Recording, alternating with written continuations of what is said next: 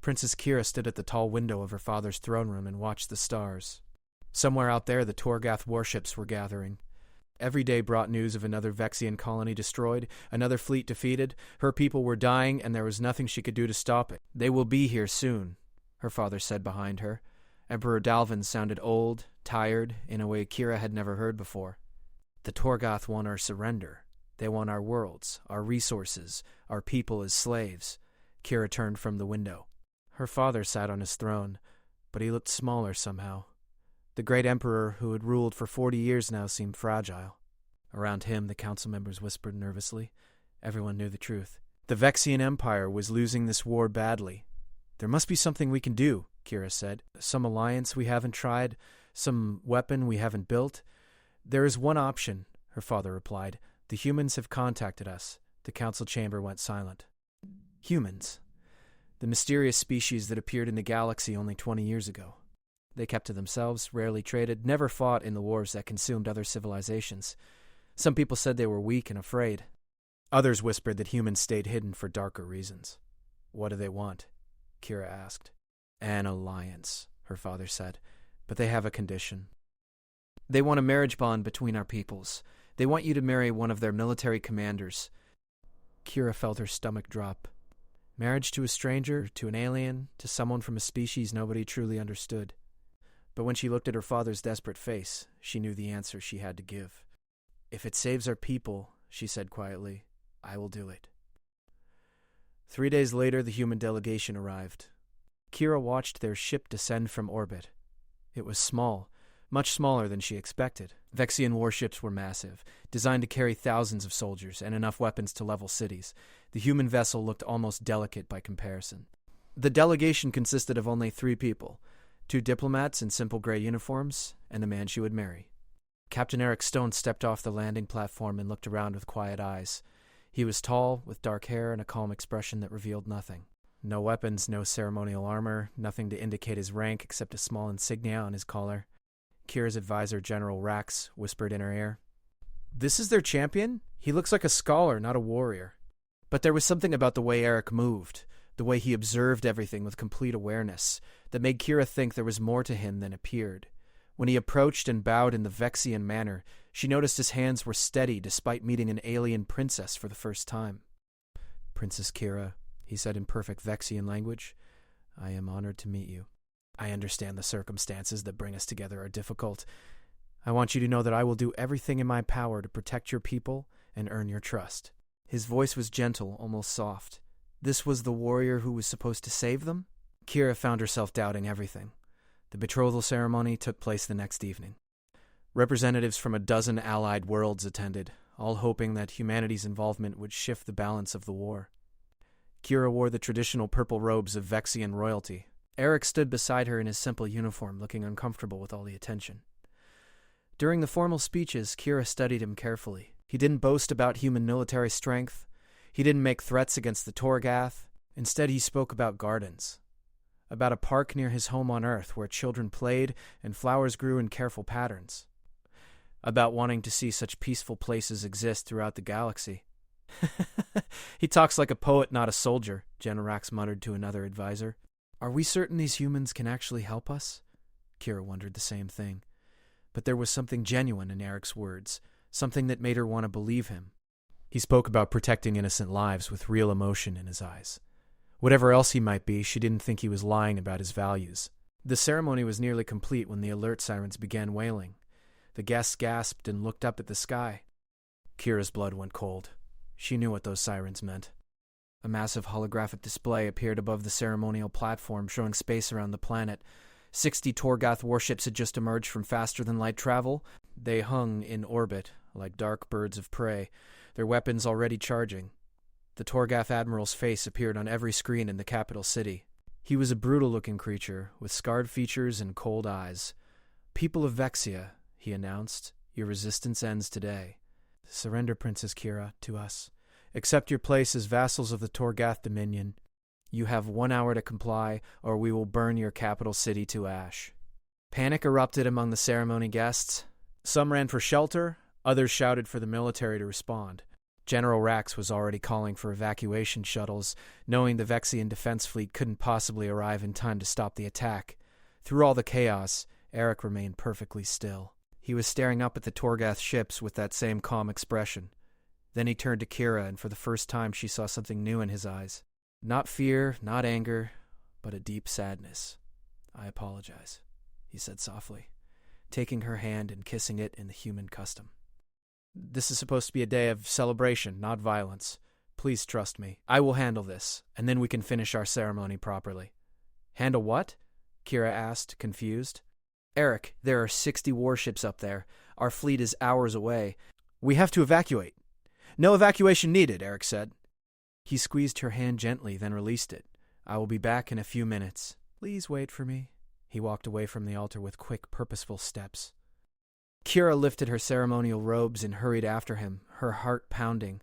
What could one man possibly do against an entire attack fleet? Had the stress of the situation broken his mind? Eric entered the palace military command center with Kira close behind. Vexian generals were shouting orders, trying to coordinate whatever defenses they could manage. Evacuation plans scrolled across dozens of screens. The Torgoth ships were descending through the atmosphere, getting closer with each passing second.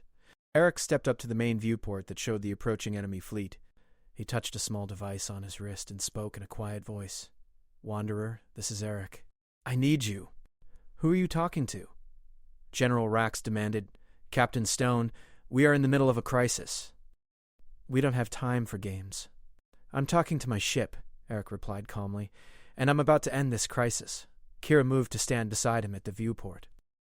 The Torgath warships filled the sky now, massive and terrible. Their weapons were glowing, ready to fire. She could see the faces of her people on the screens below, running through the streets in terror. "Eric," she said desperately, "please tell me you have a plan." He looked at her with those sad, gentle eyes. "I do. But I need you to understand something. What you're about to see might frighten you, might change how you feel about me, about humans. I want you to know that despite our capabilities, we only want peace." Before Kira could ask what he meant, something appeared in the sky above the city. A small ship materialized above the capital city without warning. One moment the sky was filled only with Torgath warships. The next moment, Eric's vessel hung in the air like it had always been there. The Wanderer looked nothing like a military craft. It was sleek and smooth, with no visible weapons or armor plating. Compared to the massive Torgath battleships, it seemed like a child's toy. General Rax laughed bitterly.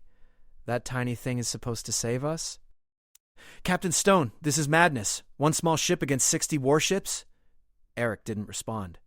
He stood perfectly still, his eyes focused on something Kira couldn't see. His fingers moved slightly, like he was touching invisible controls in the air. She realized he was connected to his ship somehow, communicating with it in ways that didn't require speaking. The Torgath Admiral's voice boomed across all communication channels. "Attention, human vessel. You are vastly outnumbered. Stand down immediately or be destroyed along with this pathetic world."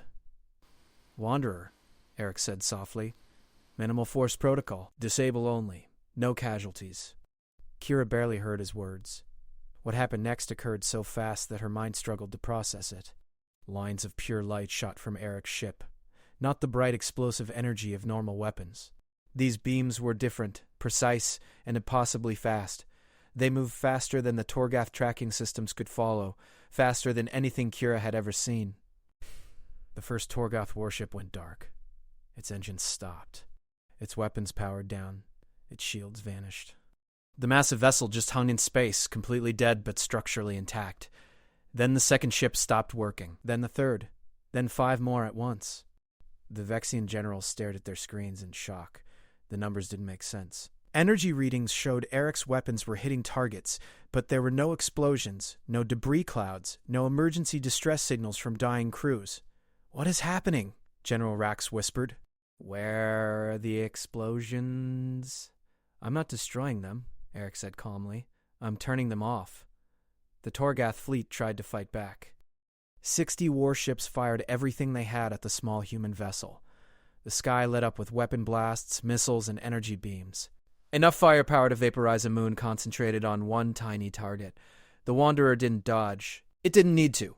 Every attack simply stopped before reaching the ship, absorbed by shields that became visible only when struck. The defensive barrier shimmered like water for a moment, then returned to invisibility. Eric's ship hung motionless in the center of the firestorm, completely untouched. More of those precise light beams lanced out. 4 Torgath ships went dark. Then 8 more. Then 12. The enemy admiral was screaming orders now, his voice frantic with disbelief. His ships tried to retreat, tried to scatter, but Eric's weapons found them no matter how they maneuvered. Kira watched her new husband's face during all of this. His expression never changed. He looked sad, tired, like this was a chore he wished he didn't have to perform. There was no excitement in his eyes, no joy in victory. Just a quiet determination to finish the task. 4 minutes had passed since the fighting began. 40 Torgath warships drifted powerless in orbit. The remaining 20 tried one desperate gambit. They turned their weapons toward the city below, preparing to fire on civilian targets. If they couldn't win, they would kill as many Vexians as possible out of spite. Eric's response was instant. 20 beams of light struck 20 ships simultaneously. Every single enemy vessel went dark in the same second. The threat ended so completely, so suddenly, that for a moment everyone in the command center simply stood in silence. 7 minutes. That was how long the battle had lasted. 7 minutes to defeat an attack fleet that should have been unstoppable. General Rax found his voice first. By the ancestors. What are you? Eric finally looked away from the viewport. He seemed smaller somehow, like the display of power had drained something from him. I'm just a person who wants this war to end, he said quietly. Wanderer, open a channel to the Torgoth flagship. The enemy admiral's face appeared on the main screen. He looked confused and humiliated, unable to understand what had just happened to his mighty fleet. What have you done? He demanded. What kind of weapon is this? No one on your ships is hurt, Eric told him. Your crews are alive and safe. Your vessels are intact. I've only disabled your power systems. I'll send technical specifications to your engineers so they can make repairs. You and your people can go home. The admiral's face twisted with rage. You think you can humiliate the Torgath Dominion and simply let us leave? You think we will accept this disgrace? I think you will report to your leaders what happened here today, Eric said, his voice still gentle but now carrying an edge of steel. I think you will tell them that humans do not want war, but we will protect those who ask for our help. I think you will recommend they consider peace instead of continued aggression. Peace? The Admiral spat the word. You defeated us in minutes. You could destroy our entire empire. Why would you offer peace? Eric was quiet for a moment. When he spoke again, Kira heard real sorrow in his voice. Because destruction is easy. Any fool with enough power can break things, can kill. Building something better, creating actual peace, that's the hard part. That's what takes real strength. The Torgath Admiral stared at Eric like he was looking at something he couldn't comprehend. Finally, he cut the communication without another word. Eric touched his wrist device again. Wanderer, begin repairs on the Torgath vessels. Priority to life support and emergency systems. Then return to high orbit and standby mode. He turned to face the shocked Vexian generals. I apologize for the interruption. Is there anything your military needs? Any assistance with planetary defenses or wounded personnel? General Rax could only shake his head, speechless. The other generals looked at Eric with expressions mixing awe and fear. This quiet man who spoke about gardens had just done the impossible, and he acted like it was nothing unusual. Kira found her voice, though. It came out smaller than she intended. Eric, how did you do that? He looked at her with those sad eyes. I'll explain everything, I promise. But first, if you're still willing, I'd like to finish our wedding ceremony. We left our guests waiting, and I believe there are vows we haven't completed yet. The absurdity of the statement almost made Kira laugh. He had just defeated an entire attack fleet in 7 minutes, had demonstrated power beyond anything the galaxy had ever seen, and he wanted to return to the altar like nothing unusual had happened. But there was something in his expression, a vulnerability that cut through her shock. He was asking if she still wanted to marry him. After seeing what he could do, he was giving her a choice to walk away. Kira straightened her ceremonial robes and lifted her chin. Yes, she said. Let's finish our ceremony. Relief flickered across Eric's face. He offered his arm in the human custom, and she took it. Together they walked back toward the altar, leaving behind a command center full of generals who had spent weeks trying to understand what they had witnessed. The wedding ceremony concluded in a strange atmosphere. The guests who had fled in panic returned slowly, whispering among themselves. They completed the traditional vows while overhead, 60 disabled Torgath warships drifted in orbit like monuments to human power. Kira spoke the words of unity and partnership, but her mind spun with questions. Who had she just married? The celebration feast felt hollow. Dignitaries congratulated her with nervous smiles. They praised Eric as a hero, but Kira noticed how they kept their distance from him, how their eyes held fear instead of gratitude. Her new husband sat beside her, polite and quiet, barely touching his food. He looked exhausted in a way that had nothing to do with physical tiredness. When the feast finally ended, Eric walked with Kira to the royal quarters that had been prepared for them. The silence between them felt heavy. Kira's mind raced with everything she had witnessed, the impossible speed of those weapons, the casual way Eric had disabled an entire fleet, the fact that he had done it all alone. "You must have questions," Eric said as they entered their new home. The quarters were spacious, decorated in both Vexian and human styles to honor both cultures, but Kira barely noticed the careful arrangements. "Questions?" she repeated. "Eric, I watched you defeat 60 warships in 7 minutes, by yourself. How is that even possible?" Eric moved to the wide window that overlooked the city. Below, Vexians celebrated in the streets, relieved to have survived. "I should explain what humans really are," he said quietly. "What I am. You deserve to know the truth before we go any further with this marriage." Over the next week, Kira tried to settle into her new life. Eric was kind to her in every way. He made breakfast each morning, asking what food she preferred. He wanted to know about her interests, her childhood, her dreams for the future. He treated her with respect and gave her space when she needed it. In many ways, he was exactly the sort of partner anyone would hope for. But the reports kept coming. Torgath retaliation fleets, massive armadas of hundreds of ships, turned away at the mere detection of Eric's presence in Vexian space. They wouldn't even enter the same star system as him. Word spread through the galaxy that humans possessed power beyond measure. Her people celebrated Eric as their savior, but Kira saw how they also feared him. She watched him in quiet moments. He spent time in the palace gardens, caring for plants with gentle hands. He read books about Vexian history and asked her to teach him about her culture. He seemed genuinely interested in everything about her world, yet she couldn't forget what those same gentle hands could command. 6 days after their wedding, Kira couldn't hold her questions inside anymore. She found Eric in the garden, kneeling beside a flower bed. He was carefully replanting some native Vexian blooms that had been damaged during the Torgath attack. "I need the truth," she said. "All of it. What are humans really? Why does the entire Torgath military flee from one person?" Eric stood slowly, brushing dirt from his hands. He looked at her for a long moment, then nodded. "You're right. Come with me. I'll show you." He led her to the landing platform where the Wanderer waited. Up close, the ship seemed even stranger than before. Its surface was smooth and seamless, without visible doors or windows. Eric placed his hand against the hull, and an entrance opened like the ship was responding to his touch. Inside, the Wanderer was nothing like a normal spacecraft. There were no control panels covered in buttons, no pilot seats, no crew stations. Instead, the interior was open and flowing, with soft lights that seemed to come from everywhere and nowhere. In the center was a space that felt almost alive, humming with quiet energy. "This isn't just a ship," Eric explained. "It's an extension of me, of human consciousness." He gestured, and holographic displays filled the air around them. Images of Earth appeared, showing cities that blended nature and technology in ways Kira had never imagined. "Humans evolved like any other species," Eric continued. "We built tools, created civilizations, developed technology, but about 300 years ago we made a choice that changed everything." The images shifted, showing humans working alongside artificial intelligences. "We created AI companions to help us explore and grow. At first they were separate from us, like your computer systems, but gradually we realized we could integrate, merge our biological minds with artificial intelligence, become something new." Kira stared at the images. "You combined with machines? That's what makes you so powerful?" "It's more than that," Eric said. "We didn't replace ourselves with machines. We enhanced what we already were. Human creativity and emotion combined with computer processing and precision. The Wanderer isn't a ship I control. It's part of how I think, how I exist.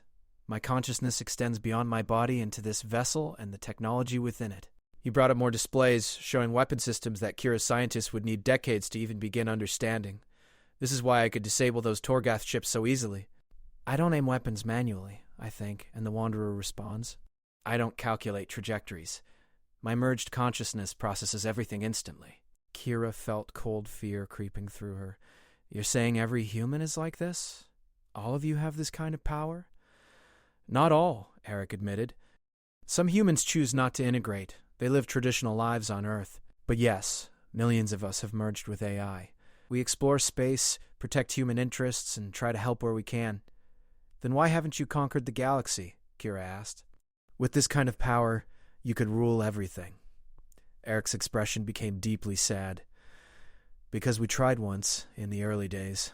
Not conquest, but contact. We reached out to other civilizations, eager to share and learn. But when they saw what we could do, they panicked. They attacked us, tried to destroy humanity before we could destroy them. He showed her historical records, battles where other species launched desperate attacks against human vessels, weapons that could shatter planets fired at Earth itself, and humans defending themselves with terrible efficiency. Entire attack fleets disabled in minutes. Invasion armies stopped without a single human casualty. We won every battle easily, Eric said quietly. Too easily. And we realized something horrible. Our power terrified people. Our very existence made others feel unsafe. We didn't want to be feared. We didn't want to be tyrants, even benevolent ones, so we withdrew. We went into isolation, stayed in our own space, avoided contact with the rest of the galaxy. Kira understood now why Eric had seemed so sad during the battle. You hate fighting. I hate that fighting is necessary, Eric corrected. I hate that my existence frightens people. I hate that when I try to help others see only the weapon I could be, not the person I want to be. He turned to face her directly. That's why this marriage means so much to me. Your father reached out to us, asked for alliance despite the fear. It was the first time in generations that another species wanted partnership instead of running away. But can I trust you? Kira asked. The question came out smaller than she intended. Eric, you're kind to me. You seem gentle, but you have the power to destroy my entire civilization. How do I know you won't? Eric was quiet for a long time. Finally, he asked, could I do it? Could I destroy the Vexian Empire alone? The question hung in the air. Kira thought about what she had seen, about ships disabled in seconds, about weapons that moved faster than tracking systems. Yes, she whispered. You could. You're right, Eric said. I could disable every Vexian ship, shut down every defense system, leave your entire civilization helpless. It would take me perhaps a few hours. He stepped closer to her, his eyes intense. But Kira, I would never do that. Ever.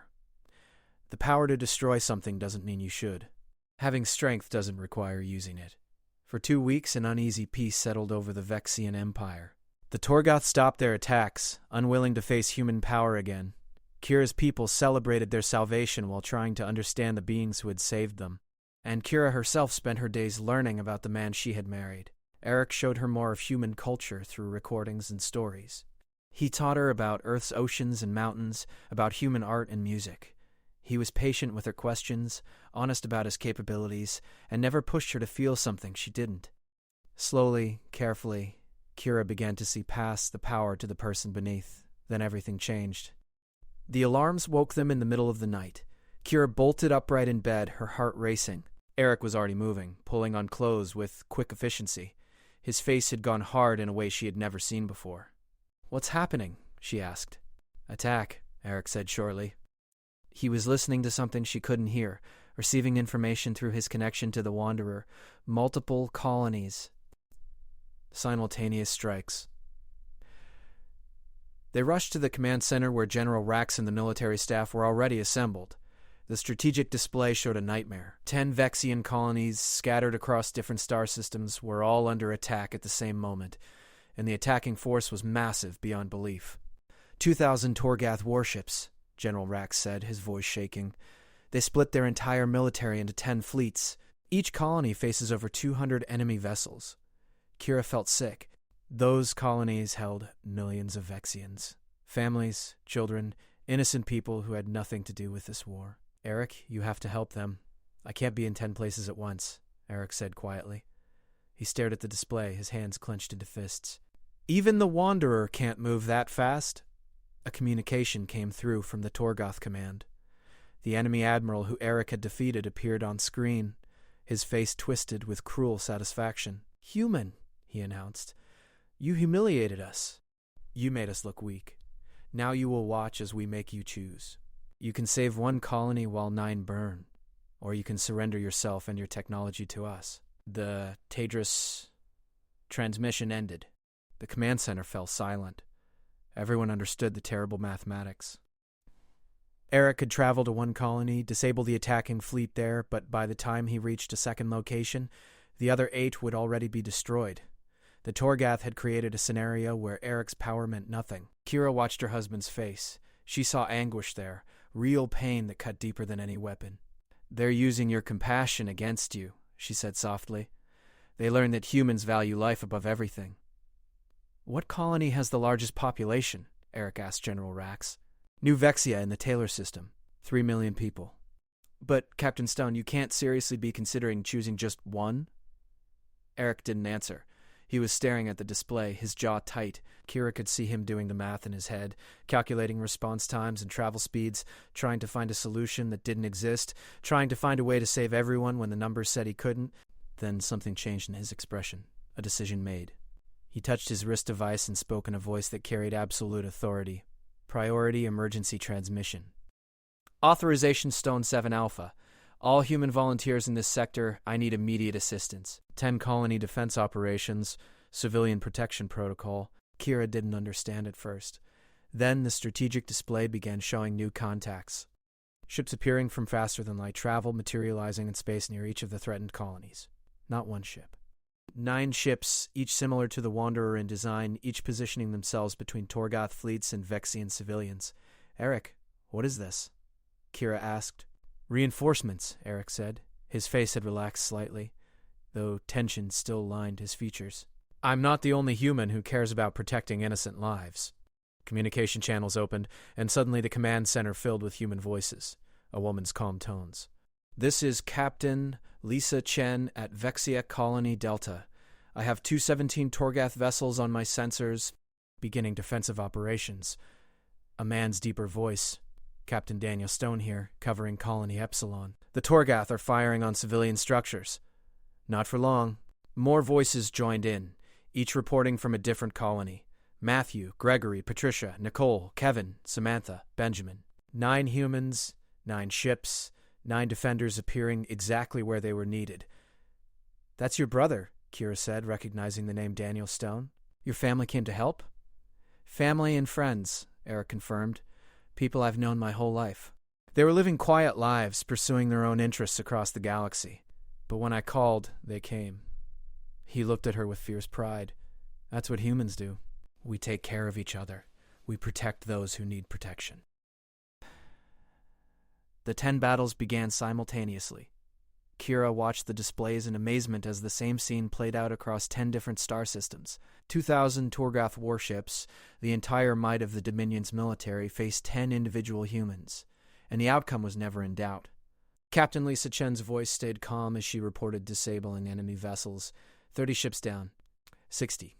Colony shields holding. All civilian shelters secure. Daniel Stone, Eric's brother, had a slightly warmer tone. "Anyone else think the Torgath need better battle tactics?" "I'm not even trying hard here. 100 ships disabled." The other humans chimed in with their own reports. They worked with perfect coordination, their merged consciousnesses allowing them to share information instantly across vast distances. When one human needed support, others adjusted their tactics to compensate. They functioned as a single distributed intelligence while remaining individual people. The Torgath fought desperately, but it made no difference.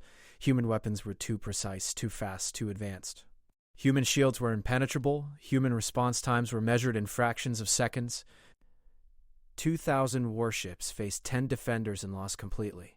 30 minutes after the attacks began, every Torgath vessel drifted powerless in space. 10 colonies remained intact, their populations safe. Not a single Vexian casualty. Not a single Torgath crew member killed either, just rendered unconscious or contained safely until their ships could be repaired. The command center erupted in celebration. Vexian officers cheered and embraced. General Rax wiped tears from his eyes, but Kira noticed that Eric wasn't celebrating. He stared at the casualty reports scrolling across his private display, counting Torgath soldiers who had been injured during the conflict even though none had died. 17 injured on the Torgath flagship, he muttered. 3 more with broken bones from impact trauma. Why didn't their safety harnesses deploy properly? Eric, Kira said gently. You saved millions of people. 10 colonies are safe because of you and your friends. 17 people were hurt, Eric replied. That's 17 too many. I should have been faster, more precise. Kira understood then, truly understood, what made humans so different. They possessed the power of gods but carried the guilt of every harm they couldn't prevent. Eric could disable 200 warships in minutes, but he mourned the handful of enemy soldiers who got hurt in the process. The communication channels buzzed with human voices checking in. All colonies secure, Lisa reported. Heading home unless you need us for cleanup, Eric. Thanks, everyone, Eric said, his voice rough with emotion. I owe you. You don't owe us anything, Daniel replied. That's what family does. See you at the next gathering, little brother. The 9 human ships vanished as quickly as they had appeared, returning to their own lives across the galaxy. The aftermath of the 10-colony battle created chaos throughout the galaxy. The Torgath Dominion's government collapsed within days. Their entire military had been defeated by 10 individuals, and the shock destroyed their society's foundation. The warrior class that had ruled for generations lost all credibility. Riots broke out on Torgath worlds. Different factions fought for control. But the panic wasn't limited to the Torgath. Every civilization in the galaxy had watched the battle through sensor data and news reports.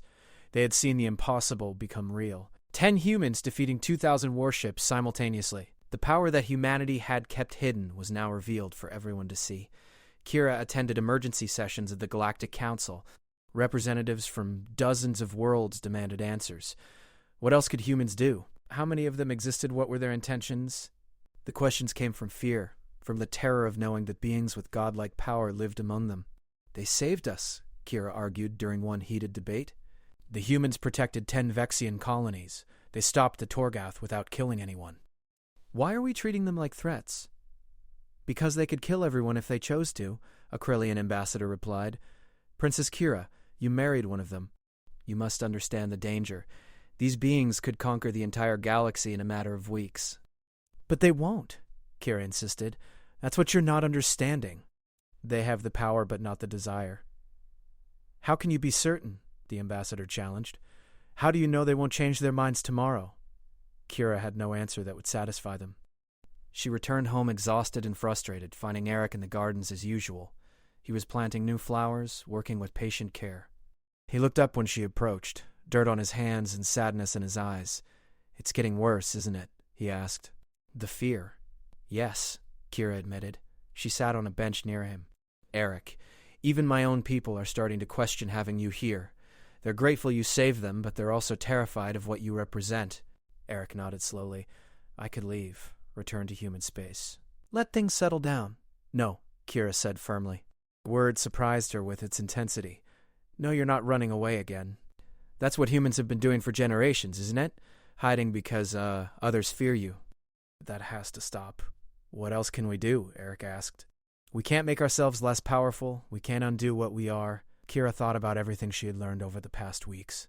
About Eric's kindness and his guilt. About how he mourned every injury even to his enemies. About the way he cared for gardens with the same hands that commanded devastating weapons. An idea began forming in her mind. What if you stayed? She said. Not just you, but the others too. What if the humans who helped defend the colonies remained here, lived openly among us, showed everyone who you really are? Eric looked doubtful.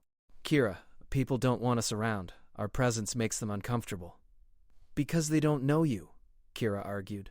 They see the weapons, the power, the impossible victories. They don't see you crying over injured Torgath soldiers. They don't see you spending hours caring for plants. If humans stay hidden, people will always imagine the worst. But if you live among us, work with us, let us see your daily lives, maybe the fear can become understanding. That's a big risk, Eric said quietly. Asking my friends to stay somewhere they're not welcome. Then we make them welcome, Kira said. Together. You and me. That's what this marriage was supposed to be about, wasn't it? Building bridges between our peoples. Over the next week, Kira worked to make her vision real. She contacted each of the 9 humans who had helped defend the colonies. She invited them to stay in Vexian space, offered them homes and resources, promised to help them integrate into galactic society. Some were hesitant, but Eric's recommendation carried weight with them. Lisa Chen agreed to establish a research station on one of the colonies she had saved. I've always wanted to study Vexian marine biology, she said. Might as well do it properly. Daniel Stone, Eric's brother, decided to open a school teaching human and alien cultures. Someone needs to help people understand each other better, he said with a wry smile that reminded Kira of Eric. The others found their own reasons to stay. Gregory wanted to collaborate with Vexian engineers. Patricia offered to help rebuild damaged infrastructure. One by one, they chose to remain and be visible instead of hidden. But Kira knew that human presence alone wouldn't solve everything. The real challenge was addressing the Torgath situation. Their society had fractured, and without stability they might launch even more desperate attacks. She proposed something radical to the Galactic Council. Instead of punishing the Torgath, offer them aid, send resources to help rebuild their society. Prove that the galaxy could respond to aggression with mercy instead of revenge. You want us to help the people who tried to destroy us? A Vexian senator demanded. That's madness. It's what Eric did, Kira replied. He defeated their fleets and then offered to help repair their ships. He showed them mercy when he could have shown them destruction. If we want peace, we need to follow that example.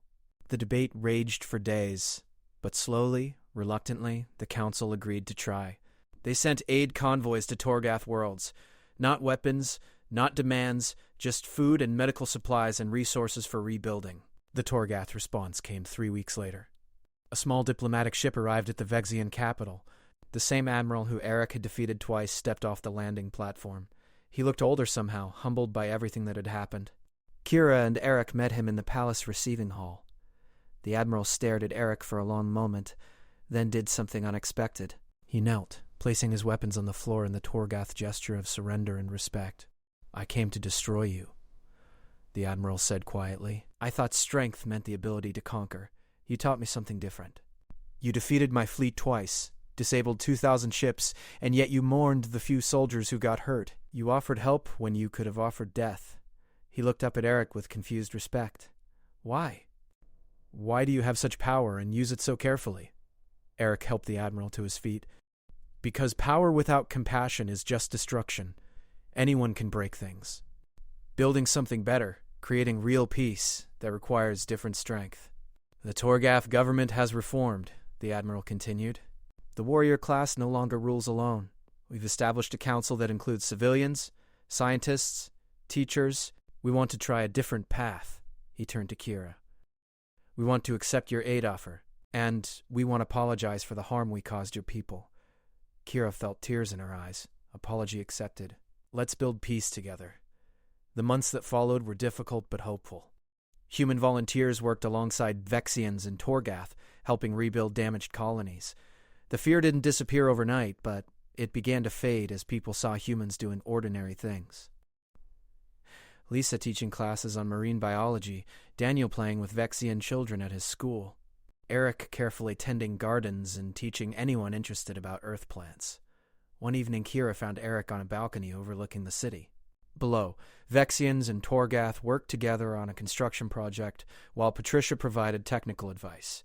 Young Torgath children played in a nearby park, their laughter carrying on the wind. I never thought I'd see this, Eric said softly. Torgath and Vexians working together. People treating humans like neighbors instead of threats. It's not perfect, Kira said, taking his hand. Some people still fear you. Some Torgaths still hate us, but it's better than it was. Much better, Eric agreed. He squeezed her hand gently. Thank you, Kira, for not letting me run away, for believing we could build something good here. Kira leaned against him, watching the sunset paint the sky in shades of purple and gold. I married you for peace, she said. I watched you defeat armies alone, but what impressed me most wasn't your power. It was what you chose to do with it. And what's that? Eric asked. You chose to plant gardens, Kira said simply. You could reshape worlds, but you prefer growing flowers. That's the real strength, knowing you could destroy everything but choosing to nurture life instead. Eric smiled that genuine, warm smile she had learned to treasure. I love you, he said quietly. Kira realized the words were true for her too, not because of his power, not because he had saved her people, but because of who he was beneath all of that. A man who mourned enemy casualties, who cared for plants with gentle hands, who possessed the power of gods but chose to use it protecting others. I love you too, she replied. Below them, the city continued its work. Humans, Vexians, and Torgath building a new future together. It wasn't the peace of conquest or fear, it was the harder peace of understanding, of former enemies choosing cooperation over conflict. And at the center of it all, a warrior who preferred gardens to battles, and a princess who had learned that true strength came not from the power to destroy, but from the wisdom to build.